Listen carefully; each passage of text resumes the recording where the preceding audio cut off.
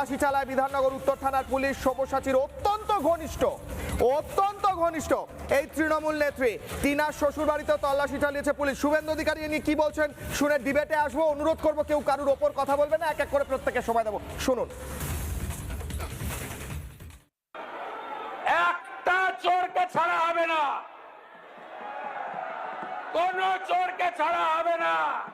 আজকে টিভিতে সকাল থেকে দেখাচ্ছে বিধাননগরের আপনাদের বড় নেতা, প্রাক্তন চেয়ারম্যান, প্রাক্তন শিক্ষামন্ত্রীর মতো উনারও বান্ধবী বাড়ি থেকে কেজি কেজি সোনা পাওয়া যাচ্ছে।